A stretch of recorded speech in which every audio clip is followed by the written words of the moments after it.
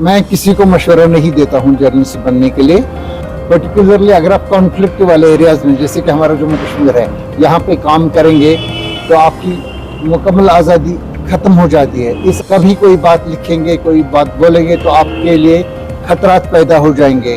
किसी को आप बोलिए कोई जायज़ काम करने के लिए तो वो कहते हैं कि देखो जी ये मुझे डरा रहे हैं। हमारे ज़रिए लोगों की आवाज़ सरकार तक पहुँचती है। कुछ लोग ऐसे होते हैं जो इस में आते हैं ग्लैमर हासिल करने के लिए, पैसा बनाने के लिए, वो भी लोग आते हैं। एक खबर रोकने के लिए कहा था जिस पर मैंने काफ़ी काम किया था 4-5 दिन के, वो एक इन्वेस्टिगेटिव स्टोरी थी। तो मैंने अपने ज़मीर के मुताबिक, अपने कॉन्शियस के मुताबिक काम कर लिया। बहुत सारे लोग नाराज़ हो गए, उन्हें ट्रोलिंग कर ली, उन्हें गालियाँ दे दी, उन्हें लेबलिंग कर ली, वो सारी चीज़ें कर ली। लेकिन मैं अपने मतलब उसूल पे कायम रहा। मुझे जब लगा कि कोई चीज़ सही है तो मैंने वो लिखा, जो मुझे गलत लगी तो मैंने वो लिखा। मैं कभी किसी के दबाव में अल्लाह ताला के फजल से आज तक नहीं आया हूँ। लोग मुझे इसी तरह से जानते हैं। धरती पर अगर कोई स्वर्ग है तो कश्मीर को स्वर्ग ही कहा जाता है। आज हम उसी स्वर्ग में हैं और आपका रूबरू परिचय उस व्यक्ति से करवाना चाहते हैं जिसको आप जानते ज़रूर होंगे, लेकिन जम्मू कश्मीर की एक हस्ती है, एक जर्नलिस्ट हैं।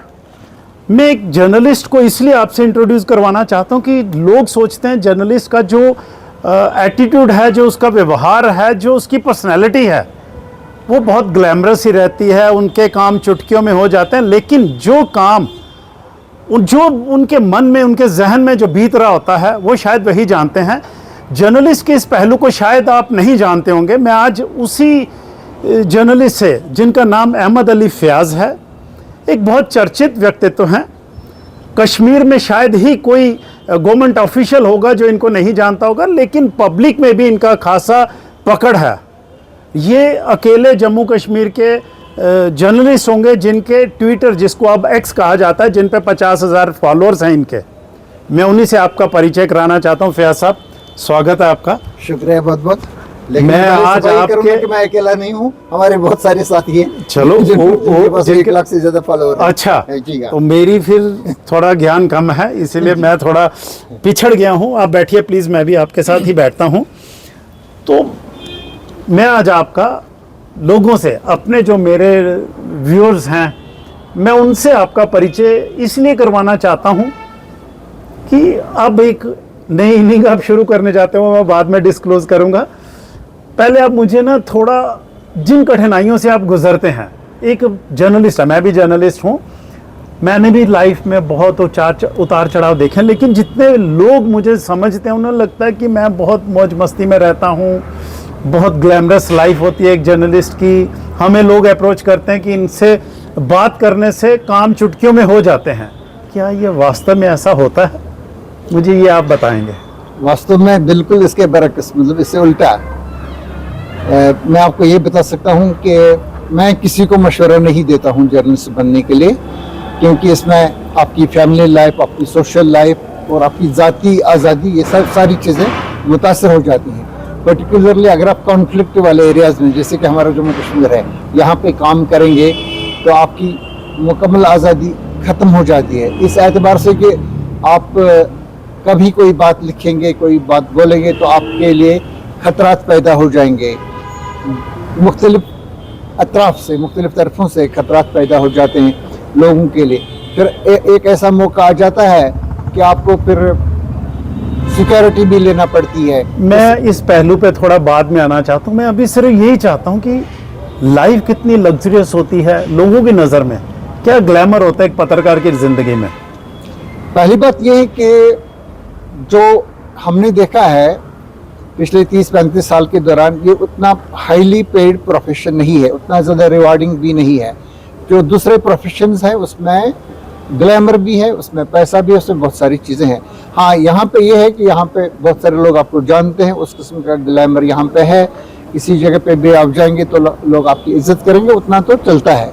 लेकिन जो आप ये बात बताते हैं कि चुटकियों में काम हो जाते हैं वगैरह, उसमें वो मेरे ख्याल से वो बात सही नहीं है, क्योंकि हम लोग एक हद से ज़्यादा किसी को बोल भी नहीं पाते हैं। तो किसी को आप बोलिए कोई जायज़ काम करने के लिए तो वो कहते हैं कि देखो जी ये मुझे डरा रहे हैं, ये तो मुझे ब्लैकमेल कर रहे हैं, इस तरह से है। तो वो सारी चीज़ें इसमें होती हैं। इसलिए हो सकता है कि अगर आप किसी दूसरे पेशे में हो तो आपका काम होगा, आप जाएंगे किसी जगह पे झगड़ा भी करेंगे। बहुत सारे यहाँ पे ऐसा नहीं कर सकते हैं आप।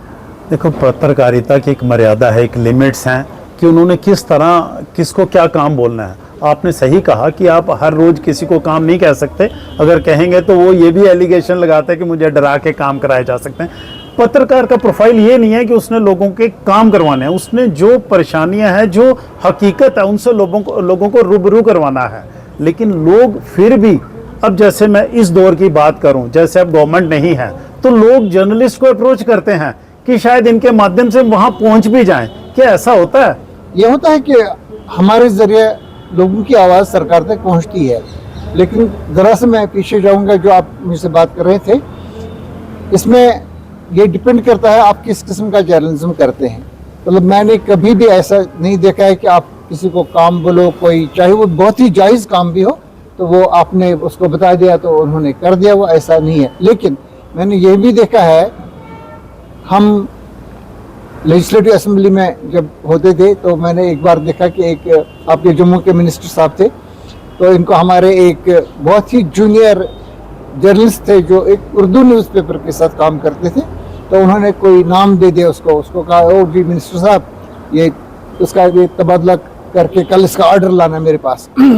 तो उसने कहा ठीक है, कोई बात नहीं, आप मेरे साथ आ जाओ, कल मेरे साथ चाय भी पियो, कोई बात नहीं। उसने कहा नहीं मेरे पास इतना टाइम कहाँ होता है चाय पीने का, तो आप कल यहाँ लाओ।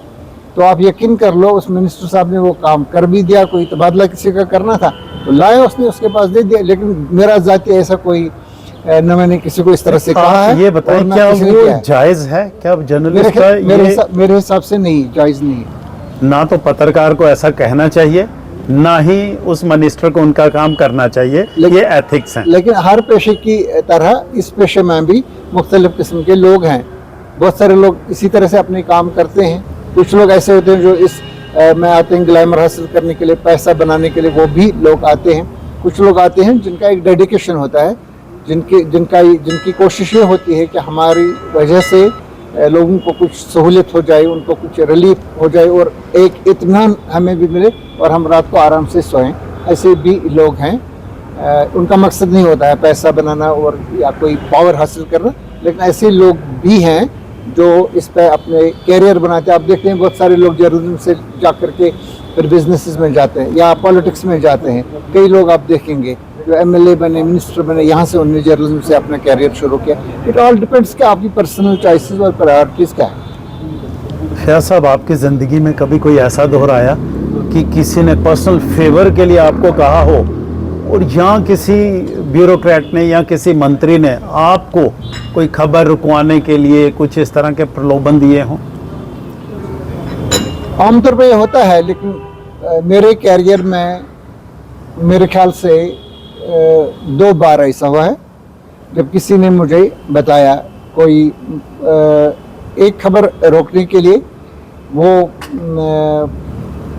एक पुलिस ऑफिसर साहब ने जिनके साथ मेरा ताल्लुक भी ठीक था, तो उन्होंने मुझे एक खबर रोकने के लिए कहा था जिस पर मैंने काफ़ी काम किया था 4-5 दिन के। वो एक इन्वेस्टिगेटिव स्टोरी थी, तो उन्होंने कहा कि हमें बार बार मौका नहीं मिलता है पत्रकारों को रिक्वेस्ट करने का वगैरह का, तो आप मेरी सुनिए, वो मत कर लें आप। तो मैंने उसको कहा नहीं, ये मुझे करना है, ये और हमारे मतलब कौमी मुफाद में है, वो करना है, तो मैंने वो कर दिया। मैंने माना नहीं, लेकिन उसकी भी एक मैग्नानिमिटी है उस ऑफिसर की, उसने अपने दिल में नहीं रखा। उसको थोड़ा सा सस्पेंशन हो गया, बाद में कुछ प्रॉब्लम्स भी होगी, लेकिन उसने अपने दिल में नहीं रखा। जब भी मुझसे मिलता है तो बिल्कुल खंदा पेशानी से मिलता है, मतलब कोई कदूरत नहीं है उसके दिल में। मैं आपको ये बातें फैयाज साहब से इसलिए मिला रहा हूँ कि एक जनरल पब्लिक में भी परसेप्शन बननी चाहिए कि जर्नलिस्ट जो हैं वो आपकी सेवा के लिए जरूर है, लेकिन वो उनका काम है जो प्रेजेंट हलचल है उससे आपको अवगत करवाएं। लेकिन इस इंटरव्यू से उन जर्नलिस्ट को जरूर बेनिफिट मिलना चाहिए, उनको शिक्षा लेनी चाहिए कि ये पेशेंस वाला काम है, कितने धैर्य वाला काम है। ओवरनाइट इसमें अपनी इमेज नहीं बन सकती, कोई आप ओवरनाइट इसको रेवोल्यूशन नहीं ला सकते कि आपने बहुत बड़ी स्टोरीज ब्रेक कर ली। मैं अभी इन्हीं से अपनी गुफ्तगू जारी रख रहा हूँ। फैयाज साहब, आप मुझे थोड़ा सा उन जर्नलिस्ट के लिए बताएं जिन्होंने अपना करियर शुरू किया है, क्या उनको इस लाइन में रहना चाहिए? जिस मतलब आपने शुरू से ही बोल दिया कि इस लाइन में बहुत अधिक पैसा नहीं है, स्ट्रगल बहुत है, कठिनाइयाँ क्या क्या हैं? देखिए, मैं आपको कह सकता हूँ कि इसमें अपने आप को होल्ड करना, मतलब जो आपका नफ्स होता है इसमें जी, जी। कंट्रोल करना एक बहुत मुश्किल मरहला होता है। बहुत सारे लोग ये कर नहीं पाते हैं, वो बहाव में बह जाते हैं। कभी कभी बड़े लोगों के झांसे में आकर के या उनके दबाव में आकर के या उनके लालच में आकर के इस्तेमाल भी हो जाते हैं। ये मैंने कहा ना आपको, ये सब डिपेंड करता है आप किस किस्म का जर्नलिज्म करते हैं। हमारे पास ऐसे भी लोग हैं जिनको लोग ही मतलब हर दिन लोग बताते रहते हैं कि ये कर लो, वो कर लो, ये स्टोरी मत कर लो, वो स्टोरी। मैंने आपको बता दिया, मैंने मेरी पूरी ज़िंदगी में मतलब 30 साल के जर्नलिज्म के कैरियर में ऐसा 2 बार हुआ है बेशक, लेकिन मैंने आपको बता दिया कि एक बार किसी ने कहा तो मैंने उसको कहा मैं नहीं कर सकता हूँ। दूसरा, मैं किसी चैनल से के लिए कुछ एक हमने वो प्रोग्राम कर लिया था, तो उनके जो मालिक हैं चैनल के, तो उन्होंने कहा कि एक ऑफिसर का इंटरव्यू था, तो उस ऑफिसर के लिए एक इसमें मसला बन जाता था। तो उसने कहा कि अगर आपको ठीक लगे तो, उसने मेरी जजमेंट पे छोड़ दिया। मैंने कहा क्यों, मतलब कोई एक क्वेश्चन निकालने के लिए उसने बोला एक पूरे इंटरव्यू से। मैंने कहा क्यों, तो उसने कहा कि इसके खिलाफ इस तरह से ये लोग बैठे हैं, ये अक्सर इनमें मतलब ये राइवलरी होती है कैरियर्स में, तो ये लोग किसी को मतलब कमज़ोर करने की कोशिश करते हैं, तो this can be exploited against this gentleman. तो अब इसका मतलब मेरे ख्याल से प्रमोशन वगैरह भी था, तो मैं कन्विंस हो गया कि वो निकालना चाहिए, अदरवाइज ये कभी नहीं हुआ है। तो एक क्वेश्चन जो फिर हमने उस वक्त निकाले, और चैनल भी मेरा नहीं था, मैं उनके लिए काम करता था, लेकिन उनने भी कोई दबाव मुझ पर, उन्होंने कहा कि we leave it to you, ये भी उनने कहा, ये भी उनकी मैग्नेनिमिटी है, उन्होंने कहा we leave it to you. मैंने लेकिन वो निकालते जब मुझे लगा कि इसको इसके खिलाफ इस्तेमाल किया जा सकता है। कभी कोई कंट्रोवर्सी रही आपकी ज़िंदगी में? किसी आपकी नीयत अच्छी रही होगी लेकिन आपको साबित करने के लिए स्ट्रगल करना पड़ा, कोई ऐसा दौर भी आया? ऐसे बहुत सारे वाक़यात हुए हैं जहाँ पे एक परसेप्शन बन जाता है किसी चीज़ के मुतालिक, मतलब कोई इंसिडेंट किसी जगह पे हो गया तो इसके बारे में एक जनरल परसेप्शन बनता है कि अगर फॉर एग्जांपल कि जम्मू में कोई है, एक वहाँ पे एक जज्बाती रव होती है जो एक पर्टिकुलर सेंटिमेंट के इर्द गिर्द होती है, और आप कोई जो आपके पास हकाइक जो होते हैं वो उसके बरक्स होते हैं। मतलब लोग कहते हैं कि इस तरह से हुआ है और आपको पता है ये ऐसा हुआ नहीं है। इस किस्म के वाक़यात बहुत सारे हुए हैं जहाँ पे मैंने अपने ज़मीर के मुताबिक, अपनी कॉन्शियंस के मुताबिक काम कर लिया। बहुत सारे लोग नाराज़ हो गए, उन्हें ट्रोलिंग कर ली, उन्हें गालियाँ दे दी, उन्हें लेबलिंग कर ली, वो सारी चीज़ें कर ली, लेकिन मैं अपने मतलब उसूल पे कायम रहा। मुझे जब लगा कि कोई चीज़ सही है तो मैंने वो लिखा, जो मुझे गलत लगी तो मैंने वो लिखा। मैं कभी किसी के दबाव में अल्लाह ताला के फजल से आज तक नहीं आया हूँ। लोग मुझे इसी तरह से जानते हैं। इल्ज़ामात लगते रहे, खासतौर से कॉन्फ्लिक्ट एरियाज़ में जहाँ पे बंदूकें चलती हैं, लोग मारे जाते हैं, अगवाकारें होती हैं, ये सारी चीज़ें होती हैं, इसमें पत्रकारों के लिए काम करना बड़ा मुश्किल होता है। मैं आपको बता सकता हूँ, एक मिसाल मैं आपको दे दूँगा। जब मैं 1994 में मैं कश्मीर टाइम्स के साथ में चाय भी लेते चलिए। मैं कश्मीर टाइम्स के साथ काम करता था, तो यहाँ पे हमारे श्रीनगर के एक इलाके में एक 27-28 साल लड़के का जो टेलर मास्टर था जी, उसको लोगों ने पकड़ा और उसके खिलाफ हमसाये एक घर वाले ने इल्ज़ाम लगाया कि उसने हमारी 3.5 साल की बच्ची का रेप किया है। और उस वक्त तो सिस्टम कम्प्लीटली ब्रेकडाउन हो चुका था, तो इन्होंने वहाँ पे लोग जमा हो गए। जो ही ये बात फैली तो वहाँ हज़ारों लोग जमा हो गए, तो इन्होंने इस लड़के को ले लिया। वहाँ पे एक जगह है नवाकदल एरिया में, तो वहाँ पे इस लड़के को he was stoned to death, उसको संसार किया गया, मतलब पत्थरों से उसको मार डाला गया और उसकी लाश फेंकी गई दरिया में, जहलम के दरिया में। कुछ दिन के बाद हमें लगा कि शायद ये वाक़या सही नहीं है, तो मैं अपने तौर पे चला गया और मेरे साथ जो फोटोग्राफर था कश्मीर टाइम्स का, तो हम इकट्ठे दोनों चले गए वहाँ पे। तो हम उनके घर पे गए, तो हमने लड़की के घर का वर्शंस जो लड़की थी वो इनके हमसाये की थी। हमने उनका वर्शन सुना, उसके बाद हमने लड़के वालों का दोनों का वर्शन हमने सुना। हम दोनों के घरों पे गए और दोनों के घरों पे गनमैन आए। एक जगह पे मुझे अभी भी याद है, हिजबुल मुजाहिदीन के 3-4 लोग आए तो उन्होंने कहा कि आप लोग अभी तक कहाँ थे। हमने कहा तो अब हमें बताया गया है ये इन्वेस्टिगेट करने के लिए, तो हम आए हैं, अब कर रहे हैं। तो उन्होंने कहा ठीक है, लेकिन एहतियात से काम लेना, कोई गलत बात नहीं लिखना। हमने कहा नहीं, हम गलत बात क्यों लिखेंगे, जो सही होगा हम वही लिखेंगे। तो फिर दूसरे साइड में गए, अचानक वहाँ भी वो दूसरी तंजीम थी जमीयतुल मुजाहिदीन, तो वो लोग आ गए वहाँ पे। तो उन्होंने कहा कि आप अब तक कहाँ थे वगैरह, उन्होंने वही कहा। तो पहले उन्होंने कहा कि ये स्टोरी करने से पहले आप हमारे कमांडर से मिलिए। हमने कहा वो कहाँ पे है? उन्होंने कहा कि वो आपको मिलेगा वहाँ पे SMHS हॉस्पिटल के कैंटीन में। फिर हम गए उसके हॉस्पिटल के कैंटीन में, मिले, वहाँ पे ढूंढा उसको। तो उसने कहा कि मुझे पता चला कि आप इस तरह से एक न्यूज़पेपर के लिए स्टोरी कर रहे हैं। हमने कहा हाँ हम कर रहे हैं। तो उसने कहा एहतियात रखना, तो अगर कोई गलत बात इसमें लिखी तो फिर आप लोगों को खतरा है। दोनों ने वही कहा। हमने उसको कहा कि दूसरे साइड में से भी गनमैन आए, यहाँ से भी गनमैन है, आप लोग हैं, आपको लग रहा है हम कोई गलत बात लिखेंगे? हम तो लिखेंगे ही नहीं ना क्योंकि अब एक ही साइड, अगर एक ही साइड हो तो फिर शायद हम सोच लेते, दोनों साइड से है। तो हम चाहेंगे, हम अपनी ज़मीर के मुताबिक जो हमें काम करना है वो हम करेंगे। तो फिर इसमें हमें 3-4 दिन लगे पूरा इन्वेस्टिगेट करने में, और फाइनली हमने प्रूव किया कि उस लड़की का बिल्कुल कोई रेप नहीं हुआ था। जो उन्होंने बताया था, इल्ज़ाम लगाया था लड़के पे, वो गलत था और लड़के को मतलब बेदर्दी के साथ संसार करके मारा गया था। मुझे फख्र है कि वो स्टोरी मैंने कर ली। और फिर 3000 वर्ड्स की वो स्टोरी कश्मीर टाइम्स के पूरे फ्रंट पेज पे एक ही स्टोरी, और आधे सफ़े पे लास्ट वाले पेज पे पूरी along with the statements of the concern, along with the photographs वो छपी है। मुझे लग रहा है कि वो इस 30-35 साल में वाहिद अकेली इन्वेस्टिगेटिव स्टोरी है जो हमने कर ली है।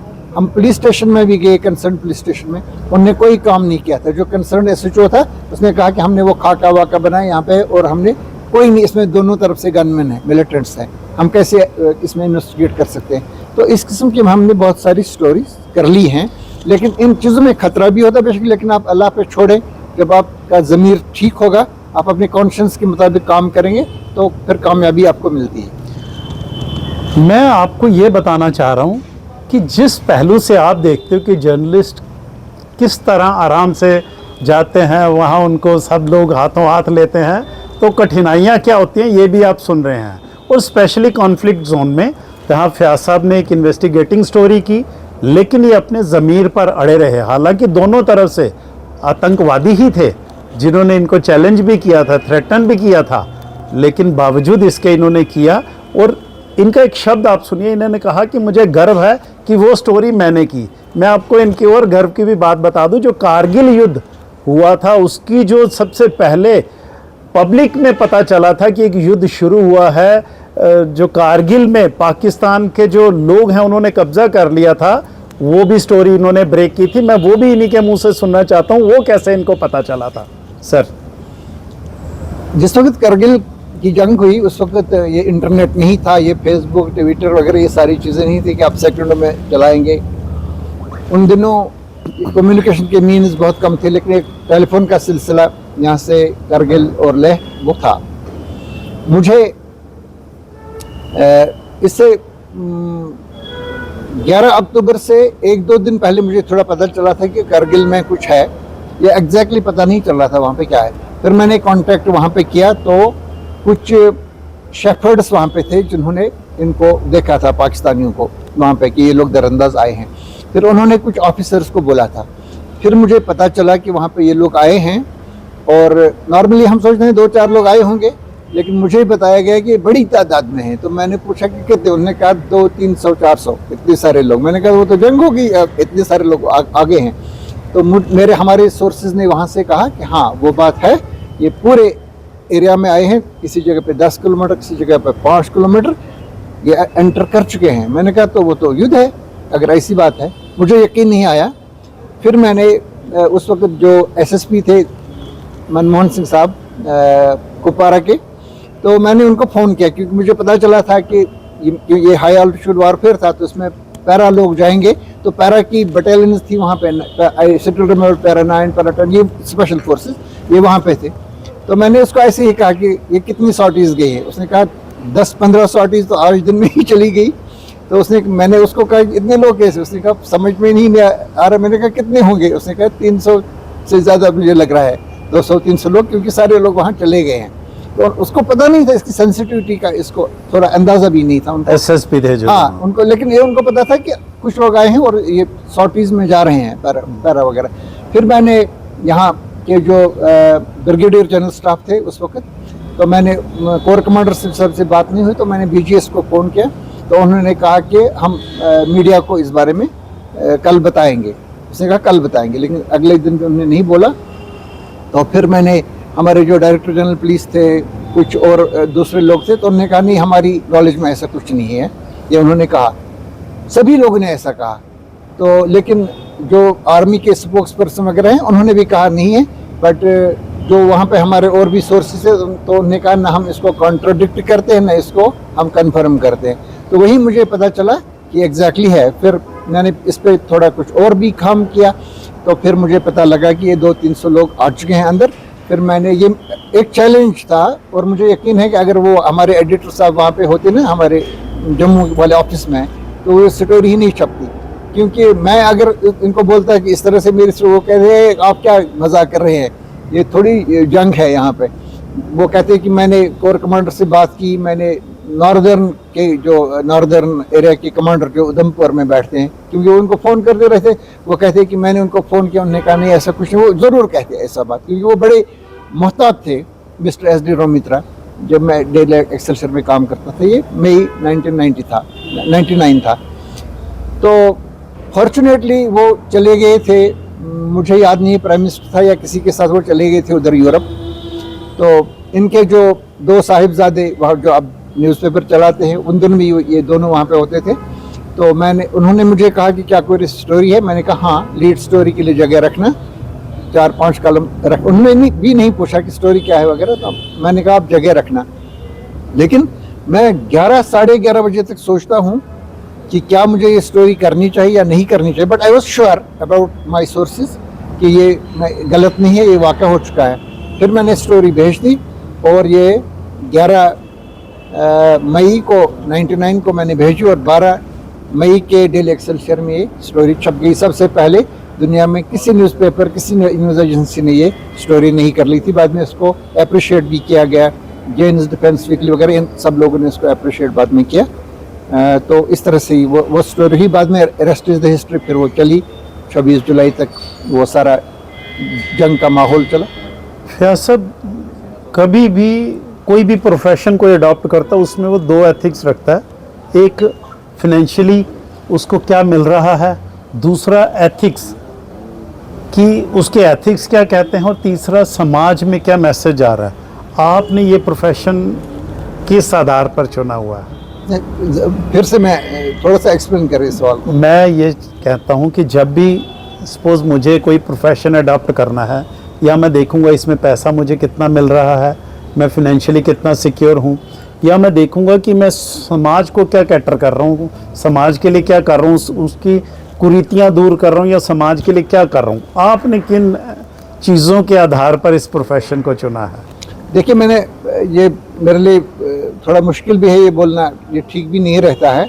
मैं समझता हूँ कि इसमें ऐसे मौके भी आए जहाँ पे आप बेशुमार पैसा जमा कर सकते हैं। इसके ऐसे मौके हमारे पास आते हैं। मैंने बताया पहले आपको, ये पर्सनल चॉइसेस और प्रायोरिटीज़ का मामला है। मैं आपको एक मिसाल देता हूँ, हालांकि ये मुनासिब ही नहीं है कि आप खुद अपनी बात कहें। एक बार मेरे पास कुछ लोग आए, जिस वक्त ये रेलवे का ट्रैक जहाँ से बिछाया जा रहा था, तो वो मुझे लगा वो गरीब लोग ऐसे मेरे पास आए, तो वो कहते थे कि हमें ये कम कंपनसेशन दे रहे हैं, ये जो रेवेन्यू डिपार्टमेंट उस वक्त और रेलवे के कलेक्टर वगैरह। तो मैंने कहा आपको मतलब कैसे लग रहा है कि हमें हमारा कंपनसेशन कम दे रहे हैं? तो उन्होंने कहा कि जो हमारे पास वाले गाँव हैं उनको उन्होंने 12 लाख रुपये एक कनाल का दिया है और हमें वो दे रहे हैं 4 लाख एक कनाल का। तो मैंने कहा ये तो ज़्यादती है। उन्होंने कहा हम इसी सिलसिले में आपकी मदद चाहते हैं। मैंने फ़ोन किया उस वक्त के जो डिविजनल कमिश्नर थे मिस्टर परवेज़ दीवान, वो हम मेरे अच्छे दोस्त थे, तो मैंने उनको फ़ोन किया। परवेज़ दीवान साहब ने कहा कि आप उनको मेरे पास भेज दें। मैंने वो भेज दिए वहाँ पे। तो उसने कहा कि ये तो सारी जगहों पे एक ही रेट नहीं चलेगा, अगर उनको 12 लाख का मिला है हमसाया गाँव को तो इनको कम। मैंने कहा हाँ ठीक है, हो सकता है 1 लाख का फ़र्क हो, 11 लाख तो उनको मिलना चाहिए, 10 लाख तो ये नहीं है कि आप उनको 4 लाख दे दें कि ये इनके साथ फिर ज़्यादती है। तो उसने फिर वो जब मुतमिन हुआ ना, जब उसने नक्शा वगैरह सारी चीज़ें देख ली तो वो मुतमिन हो गए और तो उन्होंने इनका वो बढ़ाया, मतलब कलेक्टर से बात करके वो लीगली, तो उन्होंने उनका 4 लाख से बढ़ा करके 12 लाख पूरा कर दिया। उसने कहा हाँ ये भी बराबर है। तो इनका 8 लाख रुपए एक कनाल की कीमत बढ़ गई। तो ये लोग जब वहाँ से वापस आए फिर मेरे ऑफिस में आए तो उन्होंने कहा सर हमें पैसा पहले देना है या बाद में देना है। मैंने कहा कौन सा पैसा? उन्होंने कहा कि इसका फार्मूला है। मैंने कहा फार्मूला क्या है? उन्होंने कहा जो रेट बढ़ाता है तो इसका 50% हमें रखना होता है, 50% उसको जो बढ़ाता है। मैंने कहा आपका कितना बढ़ा? उन्होंने कहा हमारा 8 लाख बढ़ा। तो मैंने कहा फिर 4 लाख मेरा हो गया? उन्होंने कहा हाँ 4 लाख तो आपका है। मैंने कहा आप लोगों के पास कितनी ज़मीन है? उन्होंने कहा वहाँ पे 150 कनाल है, लेकिन हम जो लोग आए हैं हमारे पास 30 कनाल, ये राहुल परेरा की बात है। उन्होंने कहा हमारे पास 30 कनाल ज़मीन है। तो मैंने कहा फिर ये 1 करोड़ 20 लाख रुपए बनता है? उन्होंने कहा हाँ बनता है। तो आप हमें बताएं कि हमें पहले देना है पैसा या बाद में आप थोड़ा इंतज़ार कर सकते हैं। मैंने कहा आप लोगों को कोई पैसा नहीं देना है, आप लोग यहाँ पे चाय पिए और चले जाएं अपने अपने घरों पे। और अगर मैंने कभी सुना कि आप लोगों ने किसी को पैसा दिया है किसी भी जगह पे, मैं ये रेट घटा करके 4 लाख फिर करवा दूंगा। मैंने उन लोगों को बता दिया। ये आप देख लीजिए कि एक फ़ोन करने से आपको 1 करोड़ 20 लाख रुपए यहाँ से मिलता है। अगर आपका ज़मीर उस टाइप का होगा तो आप ले सकते हैं। और सुनिए, उस जगह पे ज़मीन की कीमत उन दिनों 1 लाख रुपए में एक कनाल मिलता था। आज वहाँ पे 2.5 करोड़ रुपए का, 3 करोड़ रुपए का एक कनाल है। आप अंदाज लगा सकते हैं कि अगर 1 करोड़ 20 लाख रुपए आप वहाँ से ले लेंगे, आज की डेट में वो 300 to 400 करोड़ बन जाता है। मतलब ये चीज़ें इसमें छोड़ना पड़ती हैं, ये सारी चीज़ें। ऐसा बातों का सिलसिला ऐसे ही जारी रखते हैं। छोटा सा एक चाय का ही ब्रेक ले लेते हैं। एक बार फिर से स्वागत है। पहले हम चेयर पे बैठे हुए थे, चाय पानी सब पी रहे थे, लेकिन बैठे बैठे भी बड़ा समय हो गया था तो हमने सोच लिया कि अब हम फयाज साहब से खड़े खड़े ही बात करेंगे, अगर आप कंफर्टेबल हों तो। कोई इशू नहीं। हाँ फयाज साहब, आगे आपने बताया कि आपने अपने पैसों को कभी प्रायोरिटी नहीं दी। क्या अगर आप जेन्युइन चलते हैं, कोई करप्शन नहीं करते हैं, जो आप सैलरी ले रहे हैं या कुछ भी, उससे क्या पत्रकारों के घर चल जाते हैं? मैं ये कह सकता हूँ कि यहाँ पे 2 पर्टिकुलर दौर है। एक तो 2019 से पहले का और उसके बाद 2019-18 के बाद का। मेरे ख्याल से कोविड की वजह से उसमें और भी खराबियाँ हो गई। तो यहाँ पे पहले मान लीजिए कि अगर यहाँ पे जम्मू कश्मीर में 2000 जर्नलिस्ट थे तो उनमें कोई 200-300 लोग ऐसे थे जिनकी तनख्वाहें ठीक थी, 400-500 लोग ऐसे थे जिनकी थोड़ा मॉडरेट टाइप की तनख्वाहें थी, और कई लोग ऐसे थे जिनकी कोई तनख्वाह नहीं थी, वो ऐसे ही काम करते थे। ये सिलसिला कई चीज़ों की वजह से जो 2018 के बाद, मेरे ख्याल से 2016 के बाद ही जो सिचुएशन यहाँ पे कश्मीर में हुई और जम्मू में बाद में कोविड वगैरह की वजह से हुआ, एक स्लम्प आया, वो इंटरनेशनल लेवल पे है, मुल्की सतह पे भी है और यहाँ पे जम्मू कश्मीर में भी है। ये बहुत सारी चीज़ें हुई जिसकी वजह से मीडिया कम्प्लीटली मतलब इसमें डिसएम्प्लॉय हो गए लोग। आज की तारीख में मुझे नहीं लग रहा है कि जम्मू कश्मीर में जो 2000 जर्नलिस्ट थे उनमें से 15 लोग हैं या 20 लोग हैं जिनकी तनख्वाहें अच्छी हैं। मुझे नहीं लग रहा है दैट वे जो आप मुझे बता रहे हैं कि इसमें ये है वो है। हाँ, कुछ जो चैनल्स है, मेजर न्यूज़ नेशनल न्यूज़पेपर्स हैं, उन लोगों की तादाद बहुत उंगलियों पे आप इनको गिन सकते हैं। लेकिन अब इसमें नए डायमेंशंस भी आ गए, जैसे कि अभी आ गया सोशल मीडिया आपका। अब सोशल मीडिया में मोनेटाइजेशन है।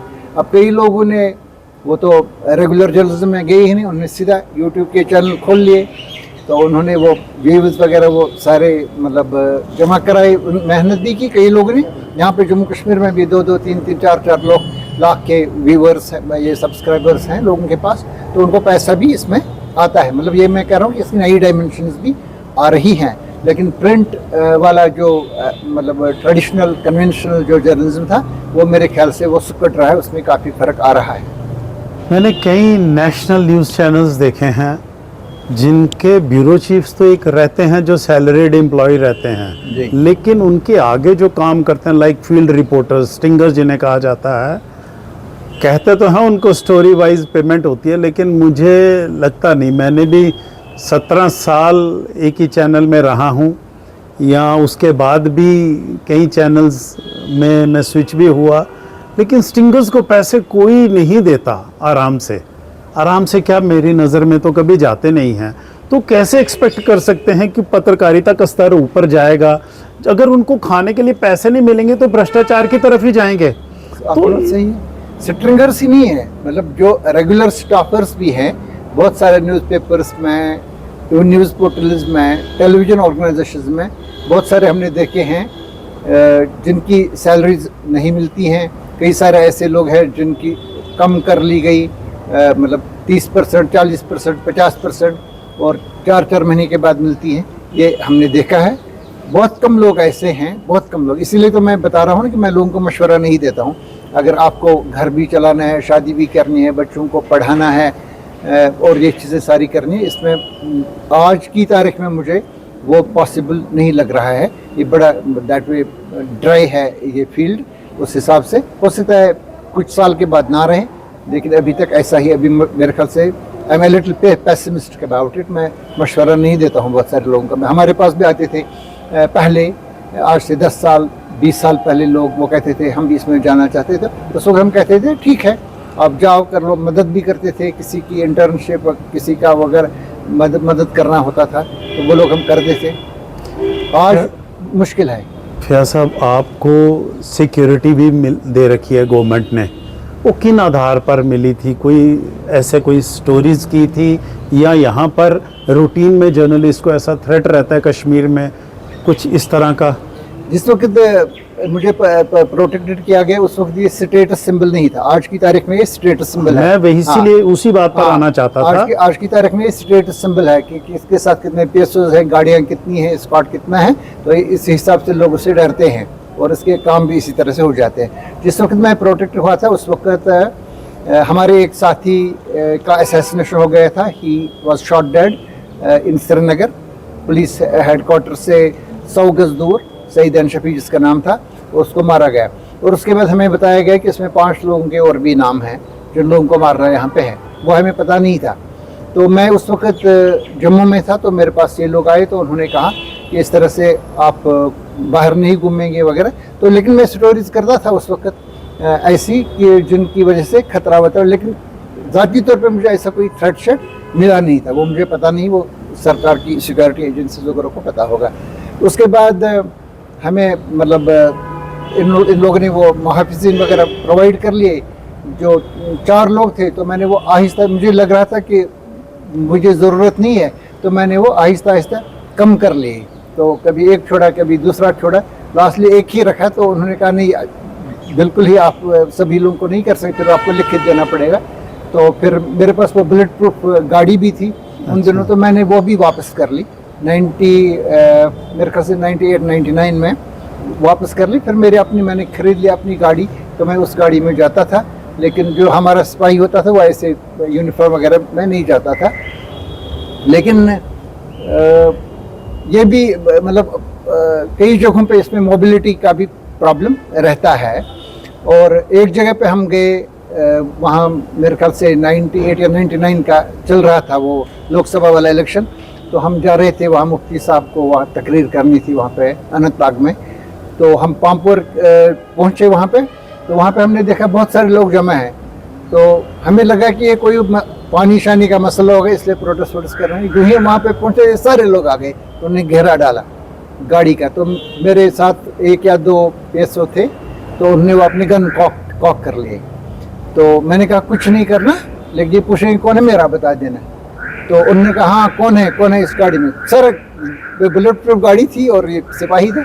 तो उन्होंने घेरा डाला तो मैंने उनको कहा सीधे, तो उन्होंने कहा ये अहमद अली फयाज है, ये एक्सेलशियर के हैं। तो उन्होंने कहा सारे लोग पीछे रहो, ऐसे उन्होंने कहा। तो उन्होंने कहा जनाब यहाँ पे इस तरह से हुआ है, हम आपको पढ़ते हैं और कोई आपको कोई नुकसान नहीं पहुँचेगा, लेकिन यहाँ पे है जो लोकल SHO ने हमारे 2 लड़के यहाँ से पकड़ के लिए हैं पामपुर एरिया से, तो वहाँ पे वो क्रू एरिया में है, तो इन्होंने वो सिक्योरिटी फोर्सेस ने वो आगे कर लिए, तो वहाँ पे उन्होंने उनका ब्लास्ट कर लिया, तो वो वहाँ पे मार डाले।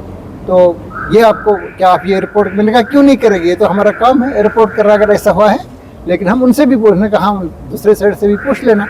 तो मैं चला गया वहाँ पे, जो SHO थे मिस्टर जिंद्राल उनका नाम था, मुझे याद है, पामपुर में। तो मैं उनके पास भी चला गया, उन्होंने अपना वर्शन बता दिया, लेकिन उनका वर्शन जो लोग थे वहाँ पे, उनका वर्शन मुझे लगा सही है, तो वो स्टोरी मैंने चलाई। अगले दिन लेकिन लोगों ने हमारे साथ कोई छेड़छाड़ कुछ नहीं किया। जब उन्होंने नाम सुना तो उन्होंने बिल्कुल हमारे साथ कोई छेड़छाड़ नहीं किया।